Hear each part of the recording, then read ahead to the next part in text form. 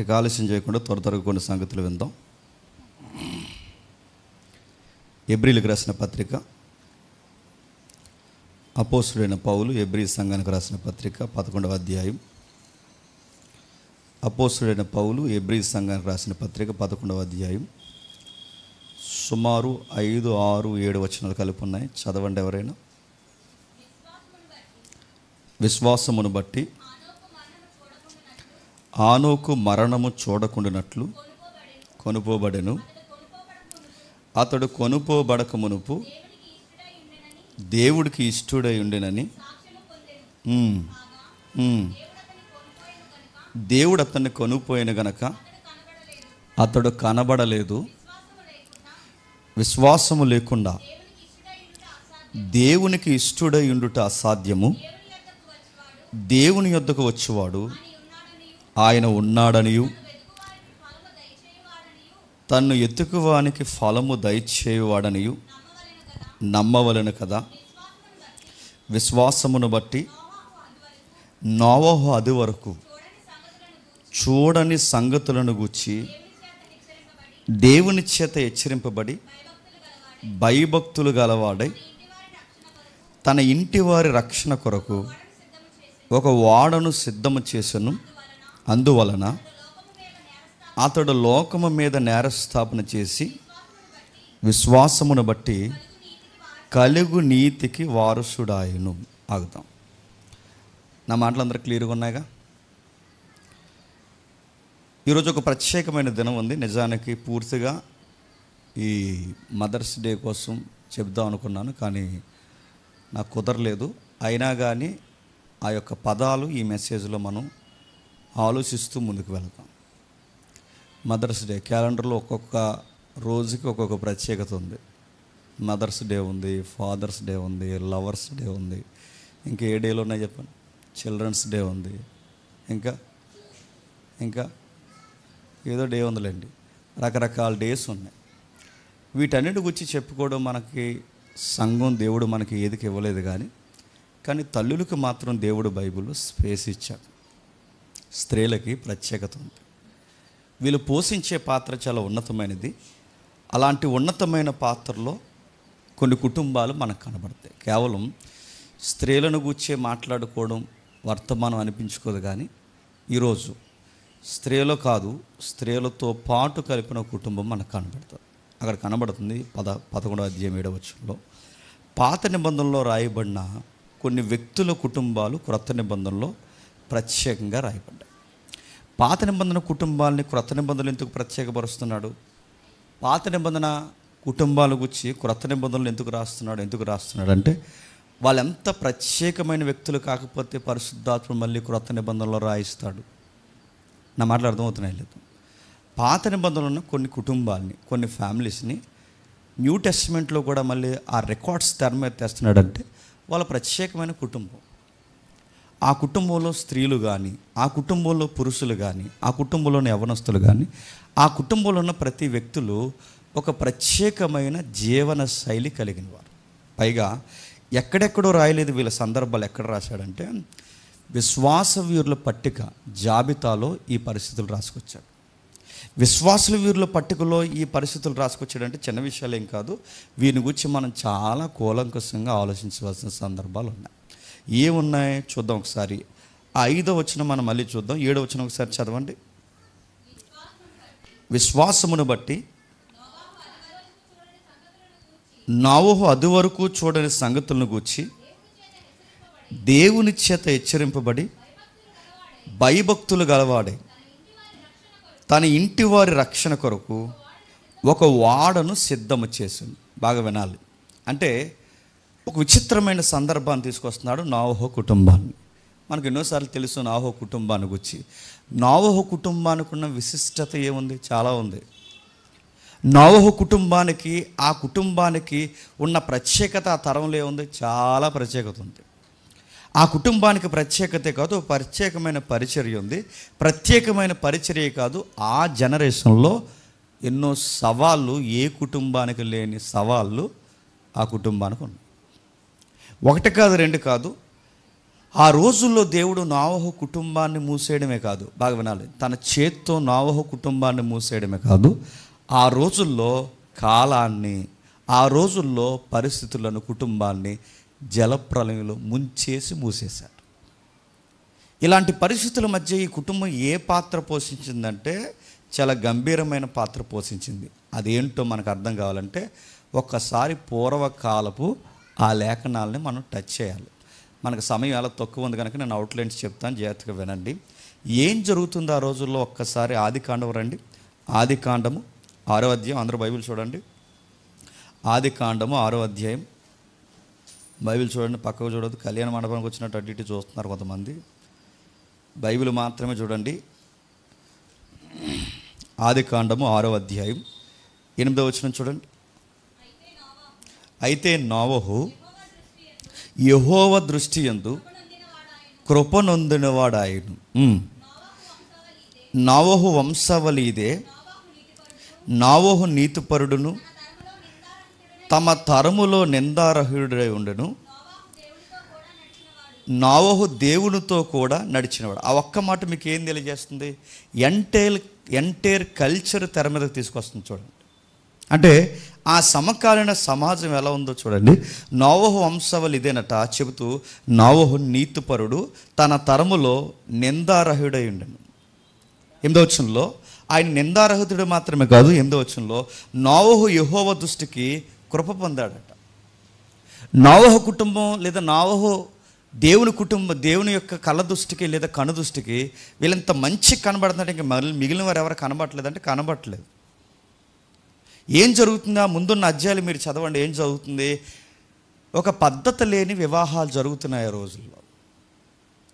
అవిశ్వాసులు విశ్వాసులు కలిసి వివాహాలు చేసుకున్నారు. 6వ అధ్యాయంలో తెలుసుగా, దేవుని కుమారులు నరుల కుమార్తెలను చక్కని వారిని చూసి, అంటే దేవుని దృష్టికి అవి మంచి వివాహాలు కాదు. విశ్వాసినే పెళ్లి చేసుకోవాలి. గాడిదకే జంట కుదురుతుంది, గుర్రానికి గుర్రంతోనే తోడు కుదురుతుంది, వెలుగుకి చీకటికి సంబంధం ఉండదు. కానీ రివర్స్ జరుగుతుంది. ఏంటంటే దేవుని పిల్లలను చెప్పుకుంటున్న వారు లోక సంబంధమైన కయ్యేని సంతానంతో జతగట్టారట. ఈ వివాహాలు దేవుని దృష్టికి నచ్చలేదు. అక్కడితో ఆగిపోయారా? ఆ పై అధ్యాయాలకు వెళ్తే మనకు తెలుసు, ఓ గొప్పలు చెప్పుకుంటాడు వాడు కనబడతాడు మనకి. వాళ్ళ భార్యలు ఆదా శీల, పేర్లు బాగున్నాయని పెట్టుకోకండి, అలాదో టైపు. వాళ్ళతో గొప్పలు చెప్తున్నాడు. ఏమని గొప్పలు చెప్తున్నాడంటే, ఈరోజు నేను ఏం చేశాను తెలుసా? ఏం చేసావు అని అడిగితే వాళ్ళ భార్యకి లేదా వాళ్ళ భార్యకి చెప్తున్నాడు. ఏమని చెప్తున్నాడంటే, ఈరోజు ఒకడు నన్ను కొట్టాడు, నేను తిరిగి కొట్టేశాను అన్నాడు. ఒకడు నన్ను చంపాడు, మళ్ళీ నేను తిరిగి చంపేశాను. అంటే వాడు చేసిన తప్పుని ఎంత గొప్పగా చెప్పుకుంటున్నాడు చూడండి. నేరాలు గొప్పగా చెప్పుకుంటున్నారు, కొట్లాట్లు గొప్పగా చెప్పుకుంటున్నారు. ఇక మిగిలిన అధ్యాయం మీరు ముందుకెళ్ళి చూడండి. ఆ 4వ అధ్యాయంలో మత్తెక్కిపోయే సంగీతాలు పుట్టించారట. మత్తెక్కిపోయే సంగీతాలు పుట్టించారు, మైమరిసిపోయే బంధాలు ఏర్పరచుకున్నారు, ఒకరిని ఒకరు చంపుకునే పరిస్థితులు తెర మీదకి వచ్చింది. లగ్జరీ లైఫ్కి అలవాటు పడ్డారు, కొత్త సిటీస్ ఫామ్ చేశారట. అంటే ముందు అధ్యాయాలు జరుగుతున్న చరిత్ర నేను చెప్తున్నాను. పట్టణాలు కట్టి పట్టణాలకు పేర్లు పెడుతున్నారు, సంగీతాలు పుట్టించి ఆ సంగీతాల ముసుగులో ఎంజాయ్ చేస్తున్నారు. ఇంకా కొట్లాటలను కూడా గొప్పగా చెప్పుకుంటున్నారు. ఎంత వైలెన్స్ జరిగిస్తే అంత రాయల్టీ అన్న ఫీలింగ్లోకి ఆ రోజుల్లో వచ్చేసారు. ఇలాంటి పరిస్థితుల్లో సరిగ్గా ఇలాంటి టైంలో దేవుడు అన్నాడట, ఎవరి జీవితాలు బాగాలేని టైంలో ఒక్కరి జీవితం దేవుడికి నచ్చిందట. ఆ ఒక్కరి జీవితం ఎవరిదో మనకు తెలుసు, నోవహు కుటుంబాన్ని. నోవహు కుటుంబాన్ని ఆ ఒక్కడి జీవితాన్ని మాట్లాడుతున్నాడు చూడండి. ఏమని మాట్లాడుతున్నాడో ఒకసారి చదువుదాం. 8వ వచనం చదువుదాం ఒకసారి. అయితే నోవహు యెహోవా దృష్టికి కృప పొందినాడు. అయితే అన్నాడంటే దాని అర్థం ఏంటి? అంతకు ముందున్న పరిస్థితులు ఏమీ బాలేదు. బాల్యం నుంచి నరుల హృదయాలు బాలేదు, బాలురు బాలేదు, యవనస్తులు బాలేదు, ఒక్కరు బాలేదు. ఎవరు బాలేని టైంలో ఒక్కడ మాత్రం బాగున్నాడు, ఆయనే నోవహు. రెండో ప్రశ్న, నోవహు ఒక్కడే బాగున్నాడా? మర్చిపోద్దు, ఈరోజు స్పెషల్ డే ఉంది. ఏంటి చెప్పండి? మదర్ కూడా బాగుంది. మీరు బైబిల్ వ్యాఖ్యానాలు చదివితే, బైబిల్ నడిచిన విధానం చదివితే, అనేకులకు తల్లి అవ్వమ్మ అయితే, మళ్ళీ ప్రపంచం రెండవసారి పుట్టుకొస్తే మళ్ళీ ప్రపంచానికి రెండవ తల్లి ఎవరైనా ఉందంటే నోవహు భార్య. మర్చిపోద్దు. ప్రపంచానికి మొదటి తల్లి అవ్వమ్మ అయితే ప్రపంచానికి రెండవ తల్లిలా మిగిలింది నోవహు భార్య మిగిలింది. రెండవది, ఇప్పుడు నీతిమంతుడైన వాడు ఒక్కడే, నోవహు ఒక్కడే లేడు. ఒకవేళ నీతిమంతుడైన ఆయన ఒక్కడైతే మిగిలిన 7గురిని ఆయన ఏదో కావాలని ఈయన యొక్క రికమెండేషన్ మీద రక్షించలేదు. అలాంటి పనులు దేవుడు చేయడు. ఒకరి రికమెండేషన్ వల్ల కుటుంబాన్ని కాపాడేస్తాడా? నాకు బేబీ పుట్టింది మదర్స్ డే నాడు ఇంకో మదర్ పుట్టింది నాకు. ఇప్పుడు నేనేదో జేమ్స్ గారు పెద్ద సేవ చేస్తున్నారని ఇప్పుడు నా భార్యకి రికమెండేషన్ ఇచ్చాడు, నా పిల్లలకి రికమెండేషన్ ఇచ్చాడు, నా లైఫ్ పార్ట్నర్కి రికమెండేషన్ తెచ్చే ముందు పెట్టాడు. వాళ్ళు కూడా గుర్తుపెట్టుకోండి, నా రికమెండేషన్ వాళ్ళకి పనిచేయదు. వాళ్ళకి వాళ్ళ నీతిని బట్టి లేదా వాళ్ళ విశ్వాసమును బట్టే దేవుడు వారిని ఎంపికలోకి తీసుకుంటాడు. ఇంకా రికార్డు మీకు అర్థం కావాలి అంటే ఒక్కసారి యెహెజ్కేలు గ్రంథం తీయండి. యెహెజ్కేలు గ్రంథం 14వ అధ్యాయం. యెహెజ్కేలు గ్రంథం 14వ అధ్యాయం. యెహెజ్కేలు గ్రంథం 14వ అధ్యాయం 14వ వచనం. యెహెజ్కేలు గ్రంథం 14వ అధ్యాయం 14వ వచనం చూడండి ఒకసారి.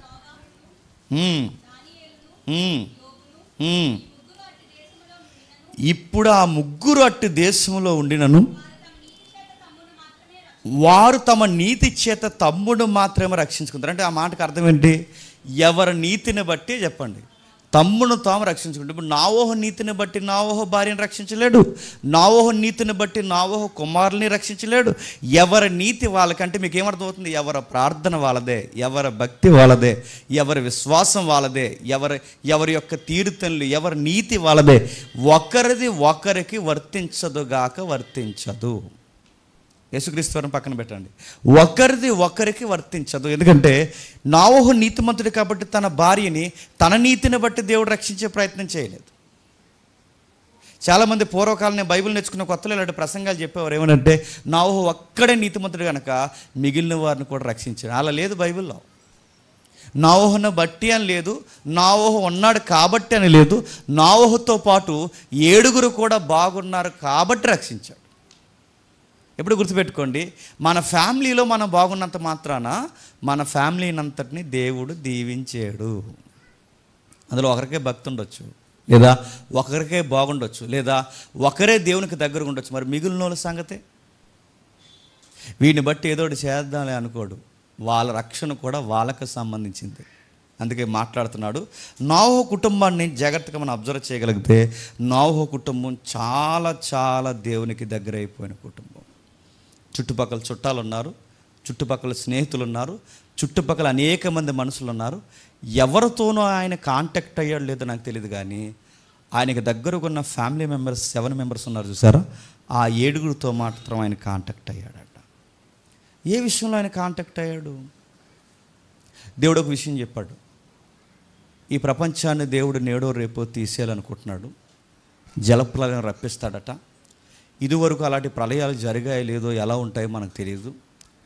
అసలు ఇలాంటి సముద్రాలు పొంగిపోవడం, ఆకాశం వాకిళ్ళు ఇప్పబడడం, ఈ భూమి అంతా నిండిపోవడం, పర్వతాలు సైతం మునిగిపోవడం, ఇలాంటి జరుగుతుందని, ఒక ప్రమాదం పొంచుందని దేవుడు నాకు చెప్పాడు. నాకు చెప్పిన సంగతులు ఇగో మీ 7గురికి చెప్తున్నాను. ఆయన చెబుతూ ఏమన్నాడంటే ఒక పెద్ద వాడ కట్టమన్నాడు. ఒక పెద్ద వాడ కట్టమన్నాడు. ఆ ప్రాజెక్ట్ మనం చేయాలనగానే అర్థం చేసుకుని ఆయన లాంటి వైరాగ్యం ఉన్నవారు కాబట్టి ఆ విషయాన్ని సీరియస్గా తీసుకున్నారు. కానీ ఒకవేళ వాళ్ళు అర్థం చేసుకున్నట్లయితే ఏమంటారు చెప్పండి? ఇల్లు కట్టడమే చాలా కష్టం, అలాంటిది చెప్పండి ఏం కట్టాలట? మీరు కట్టండి అంటారా?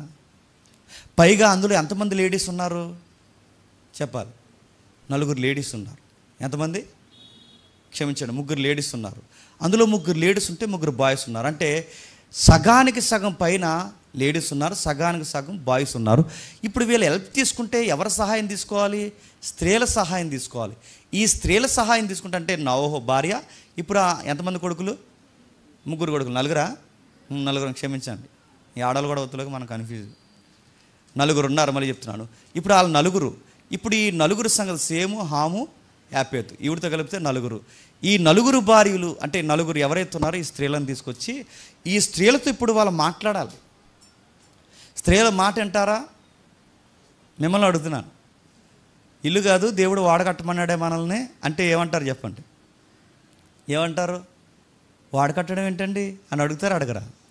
అదే సముద్రం మీదకి వచ్చేస్తుందట, ప్రపంచం అంతా మునిగిపోతుందట, దేవుడు మనల్ని వాడెక్కమన్నాడంటే మీరు ఎక్కండి అంటారు. నేను అడుగుతున్నాను, వాళ్ళకి అర్థమవుద్దంటే అందరు స్త్రీలకు అర్థమవుతుందో లేదో నాకు తెలియదు, కానీ ఒక మాట అయితే చెప్తున్నాను వినండి, అందరికి అర్థమవుతుందో లేదో నాకు తెలియదు, కానీ విశ్వాసులైన తల్లులకి, మదర్స్కి ఖచ్చితంగా అర్థమవుతుంది. వాళ్ళకి అర్థమైంది కనుక సుమారు 100 ఏళ్ల ప్రాజెక్ట్, అంటే ఒక ఇల్లు కట్టే గొప్ప కార్యక్రమం కన్నా, ఒక భవంతిని కట్టే గొప్ప కార్యక్రమం కన్నా, వాడ కడదామని తన భార్య తనతో చేతులు కలిపి వాళ్ళ కోడళ్ళు మామగారితో చేతులు కలుపుతున్నారంటే ఎంత మంచి వికాసం ఉన్న తల్లులండి వాళ్ళు, ఎంత విశాల దృక్కోణం ఉన్న తల్లులండి వాళ్ళు.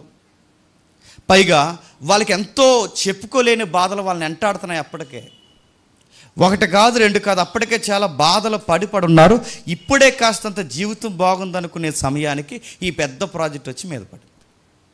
అంటే అప్పటి వరకు వాళ్ళ జీవితాలు బాగాలేదంటారు మీరంటే బాగాలేదు. ఏ విషయాల్లో బాగాలేదు? ఒక భార్య భర్తలు ఏ సంగతుల్లో అయితే బాధపడతారో ఆ సంగతుల్లోనే నావోహు భార్య బాధపడ్డారు.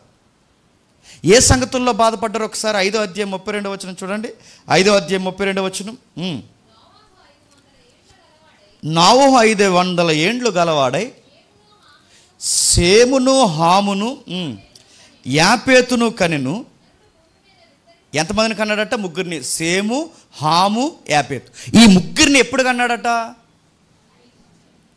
500 సంవత్సరంలో కన్నా. అంటే సుమారు 400 సంవత్సరాలు వాళ్ళకి ఎవరు లేరు చెప్పండి.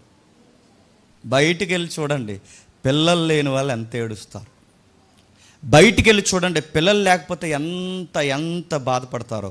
క్రీస్తు పూర్వమైన, క్రీస్తు శకమైన పిల్లలు లేని దంపతుల్ని ఎలా చూస్తారు చెప్పనా? దేవుని కృపలు ఎదురేలకే అంటారు. పిల్లలు లేని దంపతుల్ని బయట ఉన్నవారు ఎలా చూస్తారు చెప్పనా? అరే ఏం జీవితారులా, ఒంటరి జీవితాలు వీళ్ళవే అంటారు.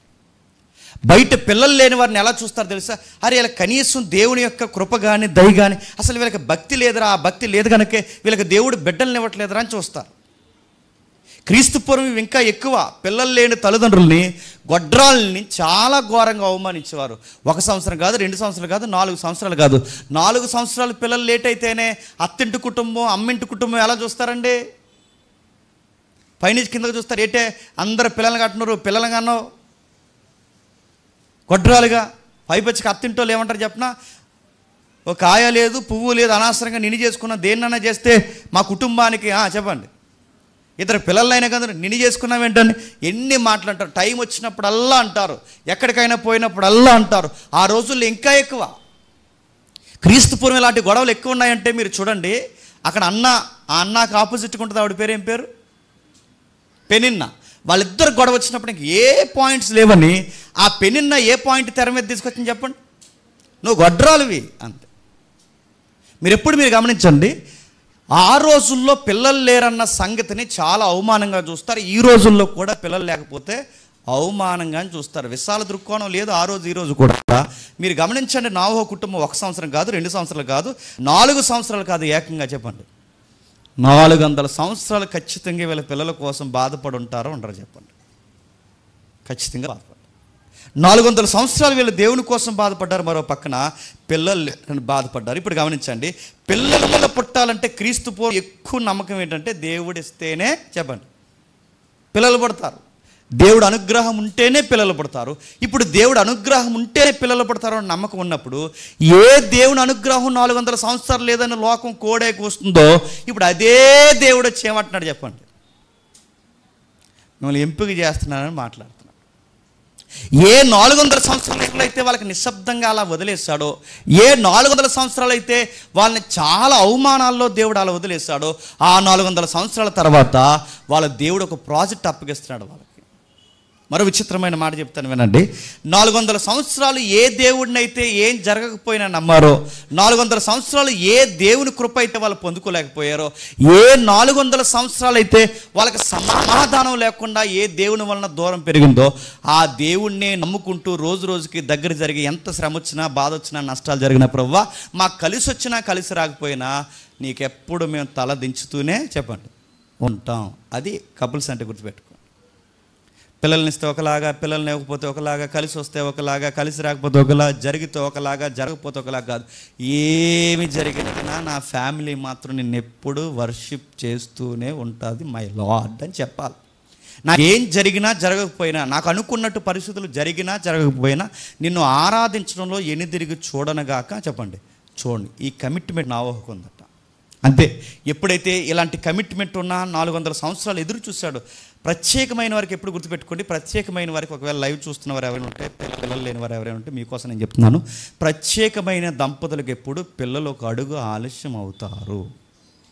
మీరు టెన్షన్ అయిపోకండి, మీకు వజ్రాలు పుడతారు. మళ్ళీ చెప్తున్నాను, మీరేం టెన్షన్ అయిపోకండి. ప్రత్యేకం అవుతుందంటే మా అత్త ఎలాగంటుంది, మా అక్క ఎలాగంటుంది, మా అమ్మ ఎలాగంటుంది, మా ఎదురింటి ఆంటీ ఎలాగంటుంది, పొరుగింటి పొల్లయ్య ఎలాగన్నాడు, పక్కింటి పలానోడు ఎలాగన్నాడు, వదిలేయండి. ఎవడెన్నన్నా వదిలేయండి. మీరు వెయిట్ చేయండి. ఎదురు చూడలో గొప్పతనం ఉంటుంది. ఒక మాట అయితే చెప్పండి, వన్ డే దేవుడు నాకు ఏదో గొప్ప కార్యము చేయబోతున్నాడు. ప్రస్తుతానికి ఈ పరిస్థితులు నాకు అర్థం కావట్లేదు, వాటికి ఎలా ఆన్సర్ చేయాలో కూడా నాకు తెలియదు, వీటిని ఎలా ఫేస్ చేయాలో కూడా నాకు అర్థం కాదు. కానీ వన్ డే నేను ఖచ్చితంగా అన్నిటికీ సమాధానం చెప్పగలిగే స్థితిగతుల్లోకి దేవుడు నన్ను పెడతాడని మీ నోటంట విశ్వాసపు మాటలు రావాలి. ఈ లోపల మీరు కంగారు అయిపోయి అక్కడికి వెళ్ళకపోయా అన్నారంట. ఎక్కడికి అన్నారు, అదే అక్కడికి వెళ్ళండి, రాయి మీద రాయి ఎడితే పుడతారన్నారంట అన్నారు. రాయి ఎత్తడు అలాంటి పనులు చేశారంటే, రాయి మీద రాయి ఎట్టండి, రాయిని ఉయ్యాలి, సోపండి. నేను అడుగుతున్నాను, పిల్లలు పుట్టాలి, ఎలా పుట్టాలన్నది మన చేతుల్లో ఉన్నది గుర్తుపెట్టుకోండి. పిల్లలు ఎవరు ఎలా పుట్టాలని ఎవరు నిర్ణయిస్తారు చెప్పండి? అది గుర్తుపెట్టుకోండి. అంతేగాని రాయి మీద రాయి పెట్టాలి, రాయిని ఉయ్యాలి లోపాలంటే నిన్ను ఊపేస్తాడు 4 భుజాల మీద ఎట్టి. గుర్తుపెట్టుకో, ఆడు పిచ్చి పనులు చేయకండి. అందుకే నోవాహు ఎదురు చూశాడు.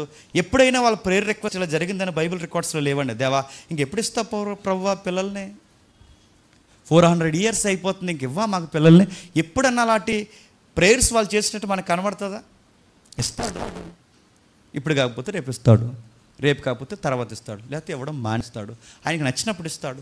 వాళ్ళ మౌనం వెనకాల వాళ్ళ దేవుడి పట్ల వాళ్ళకున్న నమ్మకం చూడండి ఎంత బాగుందో. అనుకున్నట్టుగా ఇచ్చాడు 500 సంవత్సరాలకి. ఇచ్చినప్పుడు ఏం చేశారంటే ఆ 500 సంవత్సరాల తర్వాత ఆ కొడుకులకి ఎవరైతే ఉన్నారో ఆ కొడుకులు దేవుని నిర్మాణంలో క్రియాశీలకంగా పనిచేశాడు. అరే వెళ్ళరండ్రా అన్నాడంట. వాళ్ళ డాడీ చెప్తున్నాడు, అరే పెద్దోడా, అరే చిన్నోడా, రే ఇంకా చివరోడా, ఇలా రారా అన్నాడు. ఏం డాడీ అని అడిగారు. ఏమీ లేదు, దేవుడు మనకి ఒక పెద్ద ప్రాజెక్ట్ ఇచ్చాడురా. ఆ ప్రాజెక్ట్ ఏం కాదు, ఇల్లు కట్టే ప్రాజెక్ట్ కాదు, ప్యాలెస్లు కట్టే ప్రాజెక్ట్ కాదు, ఇవన్నా త్వరగా కట్టేస్తాం, కానీ 100 సంవత్సరాలు కట్టే ఒక ప్రాజెక్ట్ ఇచ్చాడు. ఆ 100 సంవత్సరాలు కట్టే ప్రాజెక్ట్ ఏంటంటే ఒక వాడ కట్టాలి. అప్పటికే కొత్తగా పెళ్ళి అయింది ఎవరికి? వాళ్ళకి. కొత్తగా పెళ్ళైన వాళ్ళు వైరాగ్యం ఎలా ఉంటుందండి? అదిలా ఉంటుందిలేండి. బ్రేక్లో అడగండి చెప్తాను. ఎలా ఉంటుంది? బీచ్లకు పోతారు, పార్కులకు పోతారు, రకరకాలు పోతారు, ఎన్నో విషయాలు ఉంటాయి. వాళ్ళకి ఆ టైంలో ఎంజాయ్మెంట్ ఎక్కువ ఉంటుంది, వాళ్ళకి దేవుని వైరాగ్యం తక్కువ ఉంటుంది. అలాంటి టైంలో మీరు చూడండి, అలాంటి టైంలో దేవుడు ప్రాజెక్ట్ని సీరియస్గా తీసుకుంటున్నారంటే ఈ అబ్బాయిలు. వాళ్ళ నాన్నగారు చెప్తున్నారు ఏమనంటే, మనం వాడ కట్టాలంటే, అలాగే డాడీ దేవుని పని కన్నా సౌందర్యం మనకి ఇంకేముంది చెప్పండి? దేవుని పని కన్నా సౌందర్యం ఏముంది? ఆ పిల్లలు ఆ టైం లైన్లో వాళ్ళు ఇస్తున్నప్పుడు చూడండి, తండ్రి యొక్క మాటను జవదాటకుండా ఈ తండ్రి చెప్తున్న మాట ఈ తండ్రి అంటే కాదు, ఈ తండ్రికి చెప్పండి ఆ తండ్రి కూడా చెప్పాడని ఎంత నమ్మకాన్ని వాళ్ళు సలుపుతున్నారు చూడండి. వాళ్ళ నాన్నగారి మాటని భుజాల మీద వేసుకున్నారట, నాన్న బాధ్యతను తెర మీద తెచ్చారట. మరొక విషయం ఏంటి చెప్పిన, అసలు నెక్స్ట్ జనరేషన్ ఫామ్ అయితే ఆ జనరేషన్ ఫామ్ అయ్యే ప్రాజెక్ట్ ఎవరి చేతి ఉంటుందో తెలుసా? మీ ముగ్గురి చేతుల్లోనే ఉంటుందిరా. ప్రపంచమంతా అంతమైపోద్ది, మళ్ళా కొత్త తరం రావాలి అంటే ఆ తరానికి నాంది పలికే నాయకులు ఎవరో తెలుసా? సేము నువ్వే, హాము నువ్వే, ఎపెతు నువ్వే. మీ ముగ్గురే నెక్స్ట్ తరానికి నాయకులు కాబోతున్నారు. ఇది దేవుడు చెబుతున్నాడంటే దేవుడు చెబుతున్నాడు. ఆ దేవుడు చెప్పింది బలంగా నమ్ముతున్నారంటే బలంగా నమ్ముతున్నారు. మరి మాట గమనించండి, కొత్తగా పెళ్ళి అయిందో లేకపోతే లాంగ్ టైం అయిందో మొత్తం మీద ఏదైతేనో పిల్లలు పుట్టే వరకు కొత్తే. ఆ పిల్లలు పుట్టే వరకు వాళ్ళకి ముచ్చటే. ఆ పిల్లలు పుట్టే వరకు ఆ దంపతులకి ఎప్పుడు ఆ ప్రేమానురాగాలు వైరాగ్యం ఉంటూనే ఉంటుంది. మీరు గమనించండి, వీళ్ళిద్దరికి ఎవరైతే ఉన్నారో ఈ దంపతులు 3 జంటలు ఉన్నాయిగా, ఈ 3 జంటలు సేము హాము యాపేత ఎదుగుతున్నారో ఈ 3 జంటలకి వీళ్ళకి పిల్లలు పుట్టలేదంట. ఎందుకు పిల్లలు పుట్టలేదు? ఎందుకు పిల్లలు పుట్టలేదంటే వీళ్ళకి పెద్ద ప్రాజెక్ట్ ఉంది. ఈ పిల్లలు పుట్టే ప్రాజెక్ట్ బాగా ఉండండి. ఇప్పుడు ఈ ప్రాజెక్టులో ఈ పిల్లలు పుడితే ఇప్పుడు ఏమవుతుంది చెప్పండి? కార్యక్రమం డిస్టర్బెన్స్ అవుతుంది. అందుకే ఇప్పుడు వీళ్ళ మీద కేంద్రీకం కాకుండా దేవుడు తీసుకున్న నిర్ణయం జలప్రలయం వచ్చిపోయే వరకు, అంటే కొన్ని వందల సంవత్సరాలు మీరు గమనించండి, జలప్రలయం వచ్చి పోయే వరకు ఎవరికి బిడ్డలు చెప్తారు? సేమ్ హాము బిడ్డలకు పుట్టలేదు. ఇప్పుడు చెప్పండి, ఇంట్లో అత్తయ్య గారు ఉన్నారుగా, మర్చిపోద్దు ఈరోజు మదర్స్ డే అని. ఇంట్లో అత్తయ్య గారు ఉన్నారు, అత్తయ్య గారి పేరేంటి చెప్పండి? ఉండదు, అంత సీరియస్గా చూడకండి, పేరే ఉండదు. నోవహు భార్య అంతే. ఆ నోవహు భార్య ఏమని చెప్పుంటుంది? పిల్లలు లేరని బాధపడకండి అమ్మా, పిల్లలు లేరని ఇబ్బంది పడకండి. మీ అత్తయ్యనైనా నాకు ఎన్ని సంవత్సరాలు లేరో తెలుసా? చెప్పండి. 400 సంవత్సరాలు పిల్లలు లేరు. ఎన్ని సంవత్సరాలు? 400 సంవత్సరాలు. మనం అనుకుంటాం పిల్లలు లేని తల్లి గొడ్రాలు ఎక్కువ కాలం బతికింది ఎవరంటే శారమ్మ అనుకుంటాం. శారమ్మ ఉన్నది 90 సంవత్సరాలే. బాగా వినండి, ఆ 90కి ఇంకొక 3 90లు కలిపితే చెప్పండి, ఆ రౌండ్ ఫిగర్ చేస్తే 400 సంవత్సరాలు ఎవరికి పిల్లలు లేరు. శారమ్మ కానీ పెద్దరికాడు ఎవరిది చెప్పండి? నోవహు భార్యది. ఖచ్చితంగా ఈ ధైర్యం ఎవరికి చెప్పుంటుంది చెప్పండి? ఖచ్చితంగా కోడలకు చెప్పింది. ఏమని చెప్పుంటుంది? అమ్మ బాధపడకండి, దేవుడు అనుకున్న సమయానికి ఖచ్చితంగా పిల్లల్ని ఇస్తాడు, అప్పటి వరకు వెయిట్ చేయండి, అప్పటి వరకు వెయిట్ చేయండి. నేను 400 సంవత్సరాలు ఎదురు చూశాను, మీరు కూడా ఎదురు చూడండి. దేవుడు తగిన సమయం అందు మనకి పిల్లలను అనుగ్రహిస్తాడు. ఖచ్చితంగా దేవుడు పిల్లలను అనుగ్రహిస్తాడు. ఆయన పిల్లలను అనుగ్రహించడమే కాదు, మన ద్వారా గొప్ప కార్యాలు దేవుడు చేయబోతున్నాడు. ఇప్పుడు చెప్పండి, ఆ కుటుంబంలో నోవహు ఒక్కడే కాదు నీతిమంతుడు చెప్పండి. నోవహు భార్య నీతిమంతురాలు చెప్పండి. నోవహు కొడుకులు నీతిమంతులు చెప్పండి. నోవహు కోడళ్ళ నీతిమంతులు. అంటే అది నీతిమంతుల కుటుంబం, అంటే అది నీతిమంతుల కుటుంబం. అందుకే పేతురు గారు ఈ కుటుంబాన్ని డిక్లేర్ చేసి ఒక సర్టిఫికెట్ ఇచ్చాడు. ఏమని ఇచ్చాడు? ఒకసారి మొదటి పేతురు పత్రిక చూడండి. మొదటి పేతురు పత్రిక 3వ అధ్యాయం. మొదటి పేతురు పత్రిక 3వ అధ్యాయం. మొదటి పేతురు పత్రిక 3వ అధ్యాయం. మొదటి పేతురు పత్రిక 3వ అధ్యాయం 20వ వచనం. మొదటి పేతురు పత్రిక 3వ అధ్యాయం 20వ వచనం.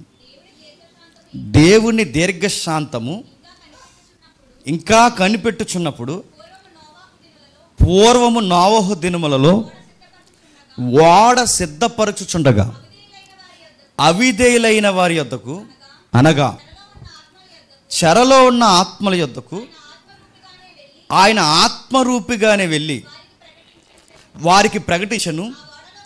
ఆ వాడలో కొందరు, అనగా 8 మంది నీటి ద్వారా చెప్పండి రక్షణ తీసుకున్నారు. మన కుటుంబాలు తెర మీదకి తండి. 8 మంది నీటి ద్వారా రక్షణ పొందారు. అంటే ఈ ఫ్యామిలీలో ఇంకా కొంతమంది బాప్టిజం తీసుకోలేదని అనడానికి లేదు.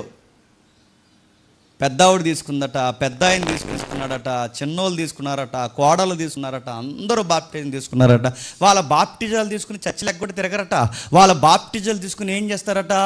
దేవుని పనిని శ్రద్ధ కలిగి యూనిటీగా కుటుంబం పనిచేయడం స్టార్ట్ చేస్తుంది. ఆ కుటుంబంలో ఎవరెవరు క్రియాశీలకంగా పనిచేస్తారంటే ఒక పెద్ద తలకాయ ఉంది నోవహు. ఆ రెండవ తలకాయ ఎవరంటే నోవహు భార్య. ఈ ఇద్దరు తలకాయలు కలిసి ఎవరిని గైడ్ చేస్తున్నారు చెప్పండి? పిల్లల్ని గైడ్ చేస్తున్నారు. చూడండి, పెద్దలు ఎప్పుడు అలానే వ్యవహరించాలి. ఒకరు బాగుండి ఒకరు బాగోకపోతే, ఒకరు నిలబడి ఒకరు నిలబడకపోతే, ఒకరు భక్తి గుండి మరొకరు భక్తిగా లేకపోతే పిల్లలు గాలిద వల్ల తయారవుతారు. మళ్ళీ చెప్తున్నా, తల్లి వస్తేనేమో తండ్రి రాదు, తండ్రి వస్తేనేమో తల్లి రాదు, పిల్లలు వస్తేనేమో తల్లిదండ్రులు రారు. అవేం కుటుంబాలండి? కుటుంబాలు అడుగుతున్నా, అవేం కుటుంబాలు అంటే భక్తి అందరికి ఉండదా? ఒకరికి ఉంటే ఒకరికి ఉండదా? అవేం ఫ్యామిలీస్ అంటే ఈరోజు అలాంటి ఫ్యామిలీస్ ఎక్కువైపోయి కుటుంబంలో చూడండి, పిల్లలు వస్తారు తల్లిదండ్రులు కనబడరు, తల్లిదండ్రులు వస్తారు పిల్లలు కనబడరు. కానీ కుటుంబం చూడండి, ఆ 8 మంది కలిసి కూడా కుటుంబం బాప్టిజం తీసుకున్నారు. కొన్ని పదాలు ఉన్నాయి అక్కడ. 8 మందికి ఆత్మ అనుభవం ఉందంట. మరో పదాలు ఉన్నాయక్క, 8 మందికి ఆత్మ అనుభవమే కాదు, 8 మందికి బాప్టిజం అనుభవం ఉందట, 8 మందికి నీతి అనే సర్టిఫికెట్ ఉందట, 8 మందికి కూడా సాక్ష్యం ఉందట, 8 మంది కూడా దేవుని కనుదృష్టిలో పడినోళ్ళట, 8 మంది కూడా ప్రపంచానికి నేరస్థాపన చేయడానికి నిలబడ్డారు. ఎలా నేరస్థాపన చేస్తారంటే, నోవహు ఆ తరంలో ఉన్న పురుషులందరి మీద నేరస్థాపన చేస్తారు. నోవహు భార్య ఆ తరంలో ఉన్న స్త్రీలందరి మీద నేరస్థాపన చేస్తారు. నోవహు కొడుకులు ఆ తరం ఉన్న యవనస్తులందరి మీద నేరస్థాపన చేస్తారు. నోవహు కోడళ్ళు ఆ తరం కోడలందరి సంగతి చూస్తారు. గుర్తుపెట్టుకోండి. మీకు ఏమర్థం? ఒక్క ఫ్యామిలీ ప్రపంచానికి జడ్జిమెంట్కి వ్యతిరేకంగా నిలబడుతుంది. చూడండి, దేవా వీళ్ళు ఏ విషయంలో వీళ్ళని జడ్జి చేస్తావు? నోవహు అంటట, మాలాంటి వైరాగ్యం వీళ్ళకుందా? ఈ పురుషులందరి మీద నేరస్థాపన చేయడానికి ఆ రోజు నోవహు నిలబడతాడట. ఆ రోజు నోవహు భార్య నిలబడుతుంది. ఈ స్త్రీల వీళ్ళకి ఎంతసేపు సంసారం సంపాదన దాపరికాలు వీళ్ళ లక్ష్యాలు ఇవే తప్ప ఎప్పుడైనా నీ సువార్త భారం వీళ్ళకుందా? సంసారం చేసిన ప్రతి తల్లిని ఆ రోజు నోవహు భార్య నిలదీసి కడిగిపడేస్తుందట. ఏం వైరాగ్యం ఉంది చెప్పండి? వస్తారు, చర్చిలో ఏమైనా ఉంటారా తినంగా, ఏమైనా వింటారా తినంగా, ఏమైనా నేర్చుకుంటారు ప్రభువుల్లో? ఇప్పుడు నేర్చుకున్నారు, ఏదో వినబడుతుంది, వినబడిన వాళ్ళు ఏదైనా ఒక బాధ్యతగా వ్యవహరిస్తారా? అటు కుటుంబానికి తినంగా ఉండరు, ఇటు సంఘానికి తినంగా ఉండరు. వీళ్ళు ఏం వ్యవహరిస్తున్నారు ప్రభు అని ఆ రోజు కమాండ్ చేసి జడ్జిమెంట్ మనకు వ్యతిరేకంగా ఇవ్వని నోవహు భార్య అడగదనుకుంటున్నారా? మేము స్త్రీలము, ప్రతి దిక్కున మమ్మల్ని గౌరవిస్తారు అనుకోకండి. గుర్తుపెట్టుకోండి, బస్సులో గౌరవిస్తారేమో. మేము స్త్రీలు మాకు ప్రతి దిక్కున పెద్దపేట వేస్తారనుకోండి. ఒకవేళ ప్రతి దిక్కున పెద్దపేట వేయొచ్చేమో కానీ జడ్జిమెంట్లో స్త్రీలని పురుషులను కూడా దేవుడు ఒకలాగే చెప్పండి చూస్తా. నోవహు భార్య నేరస్థాపన చేస్తారు, నోవహు కోడలు నేరస్థాపన చేస్తారు. వాళ్ళు ఖచ్చితంగా నిలబడతారు, వారు మాట్లాడతారు. ఎందుకు మాట్లాడతారు? ఇదిగో ప్రభువా, నా భర్త ఏది చెప్తే తలదించాను నేను. నా భర్త ఒక మాట, నా ఒక మాట కాదు. నా కోడలు అంటారు, మా మాంగారు ఏది చెప్పారో తలదించాం మేము. మా భర్తలు ఏ పని చేస్తున్నారు మేము ఆ పని చేస్తాం. ఆ కొడుకులందరూ నేరస్థాపన చేస్తారు. మా నాన్న అమ్మ చెప్పిన మాటలు మేము వింటూ తలదించామని ఆ రోజు నేరస్థాపన చేస్తారు. చేయరనుకుంటున్నారా? కొడుకులు కోడళ్ళు ఒకటైన తర్వాత తండ్రులండ్రులు అన్నారట, మీరు మాకు అడ్డు అయిపోయారు, మీరు ఏరేగా ఉంటారా అన్నారంట. ఏమడ్డు అయిపోయారో? మీరు ఏరేగా ఉంటారా అని అడిగారట. నేను అడుగుతున్నాను, వాళ్ళు ఏరేగా ఉంటే అసలు నేను ఏరేగా చిన్నప్పుడే బిడేస్తే కాగితాలు ఎత్తుకుంటూ తిరుగుతూ, నేను చిన్నప్పుడే బిడేసింది అనవసరంగా వదిలేశారు నిన్ను. కొత్తగా కోళ్ళు వచ్చే సమయానికి వీళ్ళు ఏం చేస్తారు చెప్పండి? కొత్తగా కోళ్ళు వచ్చే సమయానికి ఆ తల్లిదండ్రులతో కలిసి ఉండడానికి వాళ్ళకి ఎంత ఇబ్బందో, వాళ్ళు ఉండడానికి ఎంత ఇబ్బంది పడిపోతారో, ఎంత ఎంత నసుకుతూ బాధపడతారు. నోవహు కోడళ్ళు, నోవహు యొక్క భార్య, అత్తా కోడళ్ళు ఎలా కలిసి వస్తున్నారంటే నాకు చిత్రంగా ఉంటుంది. అడుగుతున్నాను, అత్తా కోళ్ళు కొట్టుకొని అత్తా కోళ్ళు ఎవరున్నారు చూపించండి, ఉంటారా? వందనాలు అత్తగారు అంటారు, పక్కెళ్ళి చచ్చిపోతున్నాను దీంతో అంటారా చెప్పండి. బాగున్నా తల్లి, భోంచేసేవే అని అడుగుతుంది వాళ్ళ అత్త వాళ్ళ కోడని.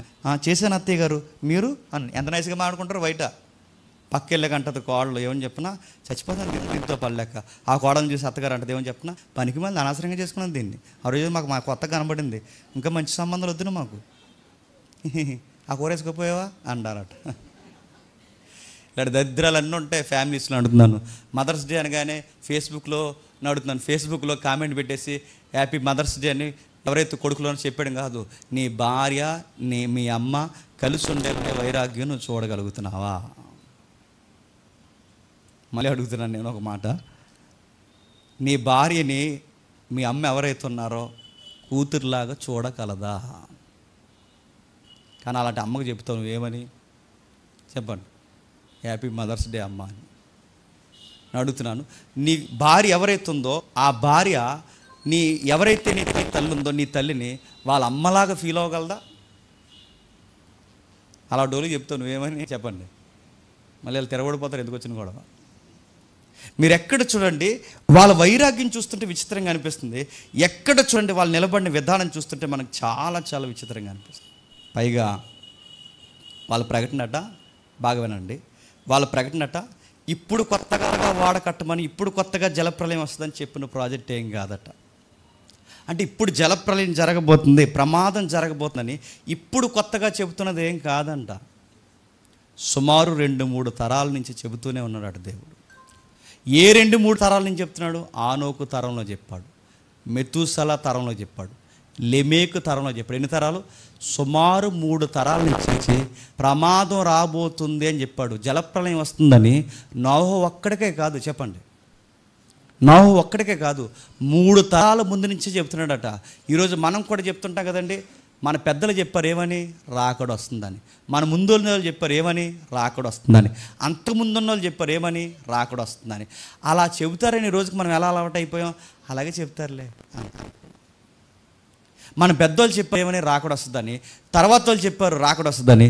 మన ముందున్న వాళ్ళు చెప్పారు రాకడ వస్తుందని. ఇప్పుడు మనం అడుగుతున్నాం, ఇప్పుడు నేను రాకడ ప్రసంగం చెప్తాం, మీకు ఏమనిపిస్తుంది చెప్పండి?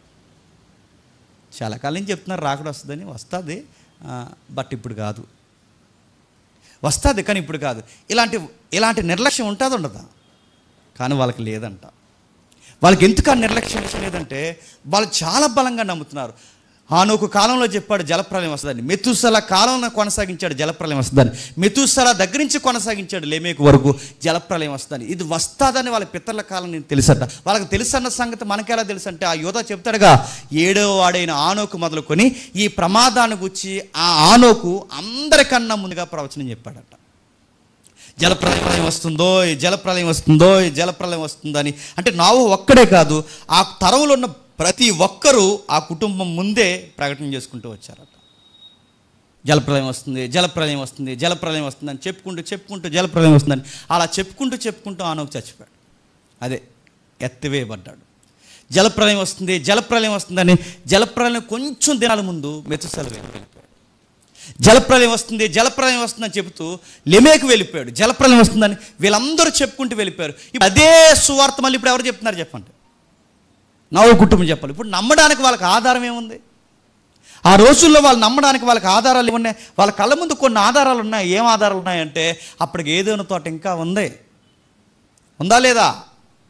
వాళ్ళ కళ్ళ ముందు అప్పటికి ఏదైనా తోట ఉంది. జలప్రలయం వచ్చి వెళ్ళిపోయే వరకు ఏదైనా తోట పోద్దా? ఏదైనా తోట ఇంకా ఉంది. వాళ్ళ కళ్ళ ముందు ఏదైనా తోటే కాదు, వాళ్ళ కళ్ళ ముందు గొప్ప సాక్ష్యం ఉంది. సాక్ష్యం ఏంటి చెప్పినా, వాళ్ళ పితరుడు ఏ వార్త, ఇప్పుడు మేము ఏ సువార్త అయితే చెప్తున్నామో ఈ సువార్త చెబుతుండగానే ఒక రికార్డు ఉంది వాళ్ళ కళ్ళ ముందు. ఇదే సువార్త చెబుతుండగా మా పితరుడైన ఆనోకు, చెప్పండి, చూస్తుండగా ఎత్తివేయబడ్డాడు, కొనుపోబడ్డాడు. అంటే కళ్ళ ముందు అద్భుతం ఉంది, కళ్ళ ముందు ఏదైనా తోట ఉంది, ఇంకా కళ్ళ ముందు వాళ్ళకి ఏముందంటే వాళ్ళ చేతులతో చేసుకుంటున్నా, చెప్పండి, వాడుంది. ఎన్ని ఆధారాలు ఉంటే ఆ సమాజం అందట, బాగా వినండి, ఇన్ని ఆధారాలు ఉంటే ఆ సమాజం అందంట, మీరు చెబుతున్నది ఎందుకు నమ్మాలనిపించట్లేరా అన్నారంట. ఊరు ఆనోకు ఎత్తుకోబడ్డాడు రా, ఆనోకు ఎత్తివేయబడ్డాడంటే అదేలే, ఆయన నమ్మాలనిపించట్లేదురా. ఏదైనా తోట ఉందరా, దేవుడి నాటిన తోట, ఇంకా ఆ తోటను తీసేయలేదు, అదేలే తోట ఉందలే, కానీ ఇంకా ఏదో చెప్పండి నమ్మలేకపోతున్నాం. ఈరోజు కూడా మనం రాకడ కోసం చెప్తుంటే, ఇన్ని రాకడ సందర్భాలు చెప్తుంటే ఎన్ని ఆధారాలు లేవండి. యేసుప్రభు ఖాళీ సమాధి లేదా? అపోస్తుల సమాధులు లేవా? యెరూషలేం పట్టణం లేదా? బైబుల్ లేదా? భక్తుల సమాధులు లేవా? భక్తుల హతసాక్ష్యాలు లేవా? చరిత్ర లేదా? యేసుప్రభు వచ్చి వెళ్ళిపోయాడన్న దాఖలాలు లేవా? ఇన్ని ఉన్నా కానీ, ఎంత వినిపించినా కానీ ఏమనిపిస్తారో తెలుసా? అది ఇవన్నీ నిజాలే కానీ ఎందుకు ఇంకా రాకడ చెప్పండి జరగదనిపిస్తుంది. కళ్ళ ముందు ఇన్ని సాక్ష్యాలు ఉన్నా రాకడ జరగట్లేదు, రాకడ ఇంకా జరగదని మనం ఎలాగైతే నిర్లక్ష్యంగా ఉన్నామో ఆ తరం కూడా అలాగే నిర్లక్ష్యంగా ఉండి ఓకే కానీ ఎందుకో మాకు ఇంకా చెప్పండి జరుగుతుందని నమ్మకం లేదు. ఈరోజు కూడా మీరు చూడండి, మనం ఎలాగైతే చెప్తున్నాం, ఎస్ ముందు తరం వాళ్ళు ఇదే చెప్పారు వెళ్ళిపోయారు, తర్వాత తరం వాళ్ళు కూడా ఇదే చెప్పారు వెళ్ళిపోయారు, అంతకుముందు తరం ఉన్న వాళ్ళు కూడా ఇలా చెప్పారు వెళ్ళిపోయారు. ఇప్పుడు మీరు కూడా అదే చెప్తున్నారు, యేసుప్రభు 2వ రాకడలో వచ్చేస్తారని. ఏమో ఆయన వస్తాడు లేదో తెలియదు కానీ ఇంకా లైఫ్ ఉంది, ఏదో జరిగిపోద్దని ఇప్పుడే జీవితాన్ని పాడు చేసుకోవడం అవసరమా అనే డైలాగులు లేవు సమాజంలో చెప్పండి. అందుకే సామెతలు ఏంటి చెప్పిన, కాస్త వెలుగుండగానే చెప్పండి ఏదో సక్కబెట్టేస్తారు అటు మరి, కాస్త ఓపుకుండగానే చెప్పండి వెనకాల వేసేస్తారట. వేసి అని అడుగుతాను, రాళ్ళు వేసేసుకోండి, వెలిగెట్టేసుకోండి, దీపాలు పెట్టేసుకోండి, ఎన్ని ఎట్టేసుకుంటారు పెట్టేసుకోండి, కానీ ఒకటి మాత్రం గుర్తుపెట్టుకోండి, ఒక్కరోజు ఖచ్చితంగా రాకడ జరుగుద్ది. అంత బలంగా నమ్మాలంటే నోహు కుటుంబం అంత బలంగా నమ్మింది. వాళ్ళ ముందున్న 3 తరాల్లో వాళ్ళు చెప్పింది జరగకపోయినా ఇప్పుడు వీళ్ళ తరం వచ్చేసరికి మేము చెప్పింది జరుగుద్దనడానికి తోట ఆధారం కాదు, మిగిలిన ఆధారం కాదు, దేవుడు ఉన్నాడనడానికి ఆధారం, ఆయన కార్యాలు జరుగుతాయనడానికి ఆధారం అవ్వచ్చేమో కానీ ఆ చెబుతున్నది ఈ తరంలోనే జరిగిపోద్దనడానికి ఆధారం ఏంటంటే ఒకటే ఒకటి ఆధారం, విశ్వాసమే ఆధారం. వాళ్ళు నమ్ముతున్న విశ్వాసమే ఆధారం. ఆ విశ్వాసాన్ని బట్టి చెబుతున్నారు. వాళ్ళు ఎన్నో మాట్లాడుకుని ఇలా అన్నారు. ఎన్ని విషయాలు. అమ్మా, ఒక విషయం చెప్పాలమ్మా, మనం మామితో కలిసి జీవించాలి. మామయ్య గారు ఎవరున్నారు? కోడలు చెప్తుంది. ఈవిడేమో కోడల్ని మోటివేట్ చేస్తుంది, ఆయనేమో కొడుకుల్ని మోటివేట్ చేస్తారు, లేదా ఈ పెద్దలు ఇరువురు కలిసి ఆ పిల్లల్ని మోటివేట్ చేస్తారు. మోటివేట్ చేసి ఏం చేస్తారంటే వాళ్ళందరూ కలిసి ఒక ఐక్యతతో ఒక పెద్ద వాడను కట్టారు. కుటుంబంలో ఐక్యత లేకపోతే ఏమవుతుంది చెప్పండి? వాడ కాదు కదా చెప్పండి, సీపురు పుల్ల కూడా కదులుతుందా? కుటుంబంలో ఐక్యత లేకపోతే ఏమవుద్ది? అమ్మదో ఒక మాట, కొడుకుదో ఒక మాట, కూతురుతో ఒక మాట, తండ్రితో ఒక మాట, కొడుకుతో ఒక మాట. వాళ్ళు అలాగంటే వీళ్ళు ఎలాగంటే అలాగని. ఎవరికి వాళ్ళే మాట పసుకోకపోతే జరిగే పనులు జరుగుతాయా? యూనిటీ లేకుండా వీళ్ళు వాడ కట్టగలరా? భర్త మాట భార్య ఉంది కనుక, భార్య మాట పిల్లలు విన్నారు కనుక, పిల్లల మాట కోడలు విన్నారు కనుక, ఒకరి మాట ఒకరిట్టారు కనుక, యూనిటీగా అందరూ కలిసి ఉన్న కనుక అంత పెద్ద ప్రాజెక్ట్ని 1 సంవత్సరం కాదు, 2 సంవత్సరాలు కాదు, ఎన్ని సంవత్సరాలు చెప్పండి, 100 ఏళ్ళు కలిసి కట్టగలిగారంటే వాళ్ళు ఒకరి మాటను ఒకరు గౌరవిస్తారు. ఒకరి మాటను ఒకరు గౌరవిస్తారు. వాళ్ళు ఒకరి మాటను ఒకరు గౌరవించుకోకుండా అలా ఉంటే అనుకున్న సమయానికి జలప్రలయం వస్తే అందరితో పాటు ఎవరు పోతారు చెప్పండి? వీళ్ళు కూడా పోతారు. నేను ముగిస్తున్నాను. కేవలం గుర్తుపెట్టుకో, కేవలం ఒకరిద్దరుంటేనే కుటుంబంలో ఆ కుటుంబం ఎత్తపడదండి. కుటుంబం అంతా యూనిటీగా ఉండాలి. కుటుంబం అంతా కలిసి ఉండాలి. తల్లి ఉండాలి, తండ్రి ఉండాలి, పిల్లలు ఉండాలి, కోడళ్ళు ఉండాలి, కొడుకులు ఉండాలి, అందరూ కలిసి ఉండాలి. ఎక్కడ ఉండాలంటే సంఘం అనే వాడన గట్టే పనిలో ఉండాలి. ఈ పని ఉండదు మనకి. వదిలితే చాలు, తుపాకీ దెబ్బ కనబడకుండా పారిపోతారు అంతే. ఇలా వదిలితే చాలు, ఇంకా వాళ్ళకే భార్య ఉన్నట్టు, వాళ్ళకే పిల్లలు ఉన్నట్టు, వాళ్ళకే భర్త ఉన్నట్టు, ఇక జేమ్స్ గడికి పని పడలేదు, ఇంక ఖాళీగా తిరుగుతున్నాడు అన్నట్టు మమ్మల్ని అలా ఒంటరిగులు వెళ్ళిపోతాడండి. ఈ మనిషి ఉన్నాడా 70 సార్లు పోతాడు. ఇది ఒక ప్రాజెక్ట్. మళ్ళీ చెప్తాను, ఇది ఒక ప్రాజెక్ట్. ఈ మనిషి అంటే ఎవరు అనుకుంటున్నారు? అదే నడుతున్నాను. ఎక్కడ మీరు చూడండి, బాధ్యత నడుతున్నాను. మనకి పడకపోతే మనం కట్టుకోగలమా చెప్పండి? ఈరోజు అత్త అంటే కోడలకు పడదు, కోడలంటే అత్తకు పడదు, కొడుకులంటే తండ్రులకు పడదు, తండ్రులంటే కొడుకులకు పడదు. ఇప్పుడు కుటుంబాల సంగతి పక్కన పెట్టండి. ఇప్పుడు మనం అందరం కుటుంబంగా ఏర్పడ్డాం, ఇక్కడ కూర్చున్నాం. ఇది కూడా ఒక సంఘం. ఈ సంఘం అనే వాడను మనం కట్టుకుంటున్నాం. నేడో రేపో యేసుక్రీస్తు వారు వస్తే మీరు ఎక్కడెక్కడుంటే ఎత్తబడతారు లేదో నేను గ్యారంటీ చెప్పలేను, కానీ నాకు తెలిసిన బైబిల్ పరిధిలో నేను చెప్పగలను. ఎక్కడుంటే మాత్రం ఖచ్చితంగా మిమ్మల్ని చెప్పండి ఎత్తి పట్టుకుంటాడు. ఖచ్చితంగా ఇక్కడ ఉంటే ఎత్తి పట్టుకుంటాడు. అందుకే ఆ తరం అన్నాదట. 8వ అధ్యాయంలో మాట్లాడుతూ ఒక మాట అంటున్నాడు చూడండి. 8వ అధ్యాయం 20 వచనం చూడండి. ముగించుకుంది 8వ అధ్యాయం 20 వచనం. పవిత్ర పశువులన్నిటిలోనూ కొన్ని తీసుకొని ఆ పీఠము మీద దహన బలి అర్పించెను. అప్పుడు యెహోవా ఇంపైన సువాసన ఆగ్రహించి ఇక మీదట నరులను బట్టి భూమిని మరలా శపించిన దేవునికి మళ్ళీ వర్షిప్ చేస్తున్నాడు. దేవునికి గొప్ప అర్పణలు అర్పిస్తున్నాడు. ఇలాంటి స్థితికి వచ్చి ఆ బలిపీఠ మీద గొప్ప అర్పణ నావు అంత ప్రశాంతంగా ఇవ్వగలుగుతున్నాడంటే ఆయన వెనకాల ఎవరున్నారు చెప్పండి? ఒక ప్రశాంతమైన కుటుంబం ఉంది. గుర్తుపెట్టుకోండి, ఒక ప్రశాంతమైన కుటుంబం ఉంది. మంచి భార్య ఉంది, మంచి పిల్లలు ఉన్నారు, మాట వినే వ్యక్తులు ఉన్నారు. ఆయన తుమ్మితే తుమ్ముతారు, దొగ్గితే దొగ్గుతారు, ఆయన నిలబడితే నిలబడతారు, ఆయన ఏం చేస్తారు అదే చేస్తారు. నా భార్య బహుశా ఇలా అంటదేమో, మీ ఇష్టమే నా ఇష్టం అండి, మీ దర్శనమే నా దర్శనం అండి, మీరు ఏది చేయమంటే నేను అదే చేస్తానండి అని చెబుతుంది. ఇవాళ నేను చర్చికి రానండి అందో. ఏ అంటే చీర కొనమని కొన్నారా అందో. గుర్తుపెట్టుకోవాలి. కేవలం డ్రెస్సుల కోసం చర్చిలు మానేసే వాళ్ళు ఉన్నారంటే మీరు నమ్మగలరా? కేవలం చిన్న చిన్న గొడవలు పెట్టుకుని చర్చిలు ఎగ్గొట్టేసే వాళ్ళు ఉన్నారంటే మీరు నమ్మగలరా? అడుగుతున్నాను. సంఘము, రక్షణ, వాడ, అరే ఇలాంటి బాధ్యత ఒకటి ఉండాలి. మనం కలిసికట్టుగా లేకపోతే ఈ బీటలు మన కుటుంబానికే పడ్డం కాదు, మన కలుపుగోలుతనం లేకపోతే ఈ ఎఫెక్ట్ ఎక్కడ తగులుతుంది చెప్పండి? సంఘానికి కూడా తగులుతుందన్న బాధ్యత ఉన్న కుటుంబాలు ఈరోజు లేవు. బాధ్యత ఉన్న కుటుంబాలు లేవు. మీరు గొడవలు పెట్టుకుంటే అది సంఘానికి మంచిదా చెప్పండి? భార్య భర్తలుగా మీరు ఒకరు దేశం పెంచుకుంటారు, సంఘానికి మంచి చెప్పండి. కొన్ని కుటుంబాలు కలిస్తేనే కదా సంఘం, కొన్ని కుటుంబాలు కలిస్తేనే సంఘం. మీరు ఒకరికొకరు మాట వినకపోతే, ఒకరికొకరు రక్షణ అనుభవం లేకపోతే, ఒకరికొకరు వాక్యం అనుభవం లేకపోతే, రేపొద్దున మీరు కుటుంబంగా సంఘానికి ఏమి మేలుకరంగా ఉండగలరు చెప్పండి. అందుకే నాహు కుటుంబం నీకు నాకు అందరికీ చెప్తుంది, అందరి మీద తీర్పు తీరుస్తారట. ఆ 11వ అధ్యాయం ఎబ్రీ పత్రిక 11వ అధ్యాయం 7వ వచనంలో ఎంత మంచి మాట రాస్తున్నాడు చూడండి. ఆ మాట చదువుతుంటే భయం వేస్తుంది. త్వరగా ముగించుకుందాం. విశ్వాసమును బట్టి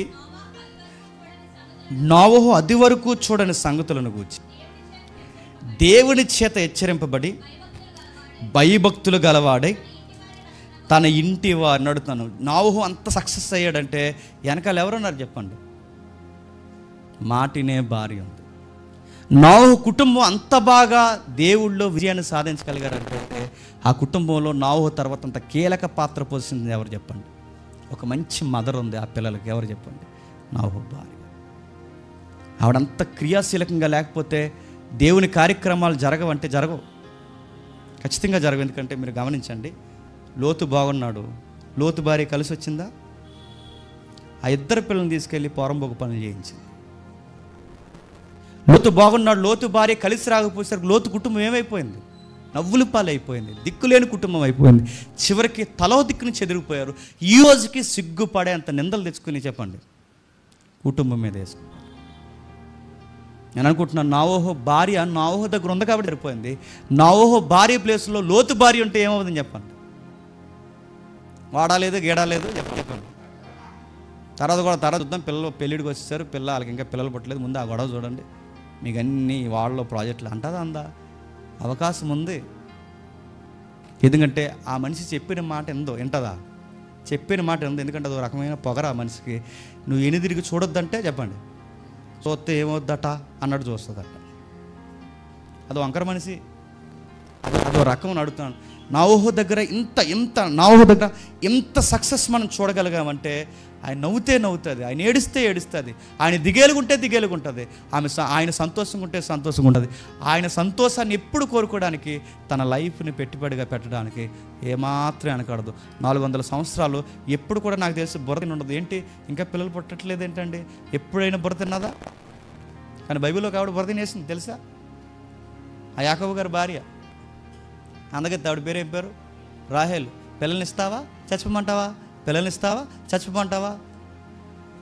ఎవడన్నా ఉంటావు అందరూ చచ్చిపో అందుకు. మొన్న ఒక వీడియో చూసాను నేను. ఆ వీడియో చూసిన బలైన వచ్చింది నాకు. ఈసారి గొడవలు అన్నప్పుడు అలా అనిపిస్తుంది. ఆ వీడియోలో ఏమంటారంటే ఒకడు వచ్చి బెదిరిస్తాడు. వాళ్ళ వైఫ్ని పట్టుకుని ఇలా పీకమే కత్తెట్టి వాళ్ళ వైఫ్ని పట్టుకుని అక్కడ ఉంటాడు. వాళ్ళ వైఫ్ని పట్టుకుంటాడు విలన్ వచ్చి, ఏదో డాక్యుమెంటరీ, హాలీవుడ్ డాక్యుమెంటరీ. అక్కడ ఉంటాడు. వీడు వచ్చి తన వైఫ్ని పట్టుకుని, రైట్ మర్యాదగా డబ్బు ఇచ్చాయి, డబ్బు ఇవ్వకపోతే ఈయన చంపేస్తాను అన్నాడు. అప్పుడు ఆడన్నాడు, చంపే ఇంకో దాన్ని చేసుకుంటా అన్నాడు. నడుతున్నాడు. మీకు ఏమర్థం అవుతుంది?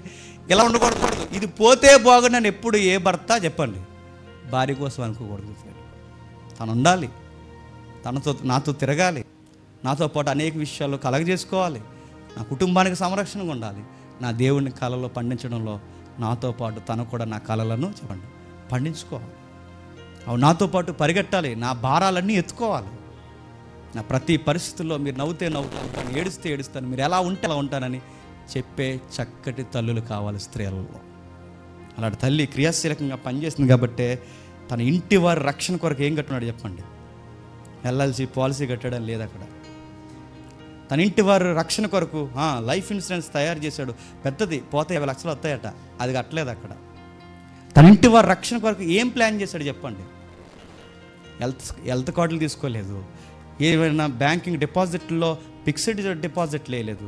ఒకవేళ ఉంటే వేస్తాడు లేదో నాకు తెలియదు, కానీ మరి ఏం కేర్ తీసుకున్నారో ఇంటి పట్ల అంటే, డబ్బున్నా లేకపోయినా, పేరున్నా లేకపోయినా, నా ఇంటి వారికి సేఫెస్ట్ ప్లేస్ ఏదైనా ఉంది అంటే వాళ్ళకి రక్షణ జీవితం ఉందా లేదా, అది మాత్రం చాలా సీరియస్గా తీసుకున్నాడు.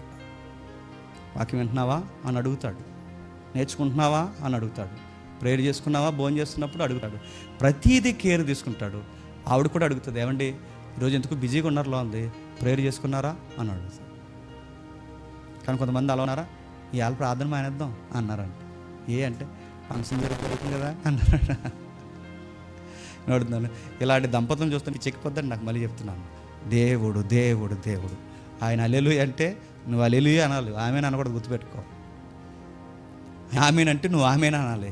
ఇలాంటి మదర్స్ స్త్రీలలో ఎక్కడైతే ఉంటారో ఆ ఫ్యామిలీలు భలే ఉంటాయండి. దేవుడు అంటున్నాను, ఇలాంటి ఆవిడ వెనకాల ఒక ఆవిడ ఉంటే, ఒక ఆవిడ చాలండి, వెనకాల ఒక ఆవిడ ఉంటే, మళ్ళీ చెప్తున్నాను, ఆ వెనకాల అలాంటి తల్లులు ఒకరుంటే దేవుడు 100 ఏళ్ళ ప్రాజెక్ట్ కాదు 1000 ఏళ్ళ ప్రాజెక్ట్ అప్పగించిన చెప్పండి సక్సెస్ఫుల్గా చేయలేమా? 1000 ఏళ్ళ ప్రాజెక్ట్ అయినా మనకు ఆయుష్నిచ్చి, మనకు 1000 ఏళ్ళ ఆయుష్నిచ్చారే, జేమ్స్ నిన్ను ఇది చేయమంటున్నారు అంటే 1000 ఏళ్ళ ప్రాజెక్ట్ ఇచ్చినా ఖచ్చితంగా చేయగలిగినందుకు నాకు సపోర్ట్ ఉంది వెనకాల. నాకు బాధపడితే నన్ను వాదాచే సపోర్ట్ ఉంది, నేను ఏడిస్తే నాతో ఏడ్చే సపోర్ట్ ఉంది, నాకుంది. ఇలాంటి తల్లులు కావాలి, ఇలాంటి తల్లులు కావాలి, ఇలాంటి తల్లులు తెర మీదకి రావాలి. కేవలం మదర్స్ డే నాడు కేవలం తల్లులందరికీ ఒక ట్యాగ్ ఇచ్చి సపోర్ట్ ఇచ్చడమే కాదు. మదర్స్ డే అంటే నేనేంటి చెప్తున్నా, బెస్ట్ మదర్స్ డే ఏదన్నా ఉంది అంటే దేవుని కొరకు మీరు ఏ రోజైతే నూతనంగా జన్మిస్తారో ఆ రోజే మీ లైఫ్లో మంచి తల్లుల రోజు గుర్తుపెట్టుకో. ఈ బాప్టిజం రోజు గుర్తుపెట్టుకో. ఏ రోజు ఆ రోజు నుంచి ఈ రోజు వరకు ఎన్ని మార్చుకున్నావో రాసి పెట్టుకో, ఒక తెల్ల పేపర్ తీసుకొని. బాప్టిజానికి ముందు ఎంత వికారంగా ఉండేదానివో, బాప్టిజం తర్వాత నీ ఫ్యామిలీకి ఎంత మేలుకరంగా మారిపోయావో, బాప్టిజానికి ముందు ఎలా ఉండేదానివో, బాప్టిజం తీసుకున్న తర్వాత దేవుని కార్యాలు ఎంత భారమైన ఎలా భుజం ఎత్తుకుంటున్నావో ఒకసారి నువ్వు ఆలోచించుకో. అప్పుడు దేవుడు అంటాడు, నిజంగానే తల్లులలో గొప్ప తల్లి ఈమె అంటాడు. మాట్లాడుతూ అంటున్నాడు. ఆ వచనం చదవండి ఒకసారి, ముగించుకుందాం. చదువుదాం. విశ్వాసమును బట్టి దేవుని చేత హెచ్చరింపబడి భయభక్తులు గలవాడై తన ఇంటి వారి రక్షణ కొరకు ఒక ఓడను సిద్ధం చేశాను. అందువలన అతను లోకం మీద చెప్పండి నేరస్థాపన చేసిన. ఏం చేస్తాడట? అందువలన అతడు లోకం మీద నేరస్థాపన చేయును. గమనించండి, నోహు ఒక్కడే నేరస్థాపన చేస్తాడా? మిగిలిన 7 కూడా నేరస్థాపన చేస్తారు. ఎవరెవరు ఎలా నేరస్థాపన చేస్తారు? పురుషులందరి మీద నోహు నేరస్థాపన చేస్తాడు. యవనస్తులందరి మీద తన కొడుకులు నేరస్థాపన చేస్తారు. భార్యలందరి మీద నోహు భార్య నేరస్థాపన చేస్తుంది. కోడళ్ళందరి మీద చెప్పండి కోడలు నేరస్థాపన చేస్తారు. ఏమని నేరస్థాపన చేస్తారు చెప్పండి? వీళ్ళకి చర్చ్ ఉండదు, సేవ ఉండదు, భారం ఉండదు, రాజ్యం అనే ఒక లెగసీ ఉండదు. వీళ్ళ దేవుని కార్యాలు ఈ పరిచర్యలో పరిగెట్టాలన్న ఒక బాధ్యతతో కూడిన విశ్వాసం ఉండదని ఖచ్చితంగా ఆ రోజు మన మొఖాల మీద చేయబెట్టి ఈ మనిషే సంఘానికి వస్తుంది కానీ ఈ మనిషే అని ఖచ్చితంగా ఆ రోజు చెప్పండి నేరస్థాపన నోహు భార్య చేస్తుంది, నోహు కొడుకులు చేస్తారు, నోహు కోడలు చేస్తారు. ఏమని నేరస్థాపన చేస్తారు? 100 ఏళ్ళు నీ ప్రాజెక్ట్ మేము నమ్మకంగా చేశాం ప్రభువా. వీళ్ళ లింగు అని వీళ్ళు బతికేది 60 సంవత్సరాలు. ఈ 60 సంవత్సరాలు అప్పుడే సగ జీవితాలు అయిపోయి ఇక 30 ఏళ్ళు కూడా తినంగా ఉండలేకపోతున్నారు ప్రభువా. వీళ్ళు ఏం చేశారని నిత్యత్వాన్ని ఇస్తానంట ప్రభువా. వీళ్ళకి ఏం అర్హత ఉందని నిత్యత్వాన్ని ఇస్తానంట ప్రభావ. సంఘానికి వచ్చారంటే 70 గొడవలు ఎట్టుకుని పోతారు వీళ్ళ కుటుంబాలతో. సంఘానికి వచ్చారంటే ఒక్కరిని తీసుకొద్దామన్న బాధ్యత ఉండదు వీళ్ళకి. సంఘానికి వచ్చిన తర్వాత వాళ్ళ కుటుంబాన్ని ఎంత బాగా కట్టుకుంటారనే సంఘాన్ని కూడా మనం అంత బాగా కట్టాలని ఒక బాధ్యత ఈ కుటుంబానికి లేనప్పుడు వీళ్ళకి ఏం అర్హత ఉందని నువ్వు నిత్యత్వాన్ని ఇస్తావు ప్రవ్వా? ఒక సేవలో కలగజేసుకుంటారా? ఒక సభల్లో కలగజేసుకుంటారా? ఒక శుభవార్తలో కలగజేసుకుంటారా? ఎక్కడుంటారు ప్రభు వీళ్ళు?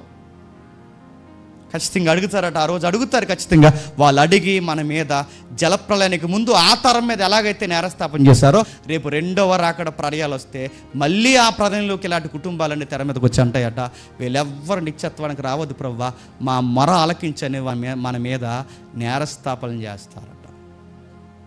ఆ ప్రకటన చదవండి. ఇంటికి వెళ్ళిన తర్వాత వధింపబడిన వారి ఆత్మలట మన కోసం అట ప్రార్థన చేస్తున్నాయట. అంటే ముందుగా చనిపోయిన వాళ్ళందరూ ప్రార్థన చేస్తున్నారట. ఏమని? చూసావా ప్రభువా, ఆ పనికి మనం చూసావా, మజ్జిగ తాగేసి మరీ ఊగేస్తున్నాడు చూసేవాడిని. ఈ ప్రసంగాలు మీరు వింటున్నారు లేదో నాకు తెలియదు కానీ నాకు తెలియదు కానీ ముల్లోకాలలో ఏవైతే అదృశ్య ఆత్మలుగా ఉన్నాయో వాళ్ళందరూ మనం ఏం మాట్లాడుకుంటున్నామో దేవదూతతో చెప్పండి తొంగి చూస్తాయట. భూమి మీద ఏం జరుగుతుందో నీతిమంతులు అనీతిమంతులు కూడా ఏం జరుగుతుందో ఎప్పటికప్పుడు కరెంట్ అఫైర్ చెప్పండి అక్కడికి వెళుతూనే ఉంటారంట. సత్యం చెబుతారు ప్రభు, వినరు. వస్తారు ప్రభువా, ఎక్కించుకోరు. ఎన్నోసార్లు బల్లలు గుద్ది చొక్కాలు చింపుకునేలా ప్రసంగాలు చెప్తారు ప్రభువా, ఏది చేయరు ప్రభువా అని ఆ రోజు ఖచ్చితంగా ఈ కుటుంబాలు మన మీద నేరస్థాపన చేస్తాయట. నేను ముగిస్తున్నాను. మంచి భర్త ఉన్నాడు, మంచి భార్య నోవహు ఉంది, మంచి కొడుకులు ఉన్నారు, మంచి కోడళ్ళు ఉన్నారు. వీళ్ళందరూ ఒకే మాట మీద ఉన్నారు కనుకే ఈరోజు ఈ ప్రపంచం చెప్పండి అలా బతుకుంది. ఆ రోజు ఆ కుటుంబ స్టాండింగ్ తీసుకోకపోతే నువ్వు ఉంటావా? నేను ఉంటానా? అసలు నువ్వు నేను అంటే అసలు ఈ స్థలం ఉంటుందా? అసలు కాకినాడ అనే పేరే, అసలు భూమి ఉంటుందా? ఆ రోజు వాళ్ళు ఆ స్టాండింగ్ తీసుకోకపోతే ఒకసారి ఊహించండి ప్రపంచం ఎలా రన్ అవుతుందో ఒకసారి ఊహించండి. ఒకసారి మీరు గుర్తుపట్టండి, అసలు నోవహు కుటుంబం ఆ స్టాండింగ్ తీసుకోకపోతే నాగరికతను ఎలా చదువుకుందామో ఏమో ఊహించడానికి ఊహలు లేవు. ఏమైపోదుమో. ఒక్క కుటుంబం స్టాండింగ్ తీసుకుంటే ప్రపంచాన్ని కాపాడారు. ఎన్ని కుటుంబాలు ఉన్నాయి, మన ప్రపంచాన్ని కాపాడొద్దు కానీ చెప్పండి, మన ఈదుల్ని కాపాడదాం, మన ఊరిని కాపాడదాం. పోనీ అన్నీ వదిలేయండి. ఈ వైబ్రేషన్ ఎక్కడి వరకు అయితే వెళ్తుంది ఈ కాకినాడలో, ఈ పరిసర ప్రాంతాల్లో అనేక మందిని చెప్పండి, ఈ కుటుంబాలన్నీ కలిసి ఒక స్టాండింగ్ తీసుకుని ఇక్కడికి వచ్చిన వారు ఖచ్చితంగా పరలోకానికి చెప్పండి అర్హులవుతారన్న ఒక నమ్మకాన్ని ప్రకటిస్తారు. అప్పుడు చెప్పండి, ఆ రోజు మదర్స్ డే కాదు చెప్పండి, రోజు జాయ్ఫుల్ డే ఉంటుంది, మనకి లవ్ ఫీస్ట్ ఉంటుంది.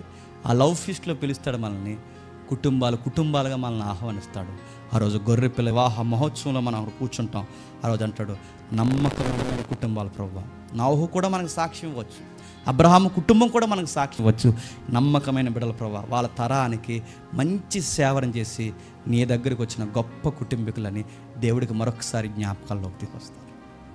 అందుకే తల్లులుగా ఎలా ఉండాలో అలా ఉండండి. కరివేపాకు గొడవలు పెట్టుకోకండి ఇంట్లో. గ్యాస్ అయిపోయింది, సర్ఫ్ అయిపోయింది, ఇంకా చెప్పండి, వీళ్ళ కోసం విడిపోతున్నారండి సీరియస్గా. కరివేపాకు గొడవలు పెట్టుకోండి. మీరు క్రైస్తవులు, బయట ఎలా ఉన్నారో నాకు తెలియదు కానీ మీరు క్రైస్తవ బిడ్డలో మీకు ఒక ప్రాజెక్ట్ ఉంది. క్రైస్తవ తండ్రులు ఎలా ఉండాలో అలా ఉండండి, క్రైస్తవ కొడుకులు ఎలా ఉండాలో అలా ఉండండి, క్రైస్తవ కోడళ్ళు ఎలా ఉండాలో అలా ఉండండి. అందరూ మీ ఇంటి వారి రక్షణ కొరకు చెప్పండి ప్రతిదినం ఆలోచన చేయండి. ప్రేయర్ చేసుకుంటున్నారా? బైబిల్ చదువుతున్నారా? ఎలా ఉంటున్నారు? భక్తి జీవితం ఎలా ఉంటున్నారు? చెక్ చేసుకోండి. ఒకరినొకరిని అడగండి, ఈ మధ్య ఎలా ఏంటి ఈ మధ్య ఎలా ఉంటున్నావు? ఒకరినొకరు క్వశ్చన్ చేసుకోండి. వైరాగ్యం పెంచుకోండి. ఒకరి బాధ్యత ఒకరు తీసుకోండి. కుటుంబంగా నిలబడండి. మీరు నిలబడితే సంఘానికి కూడా ఆశీర్వాదకరంగా మారిపోతారు. దేవుడు మిమ్మల్ని దీవించునుగాక.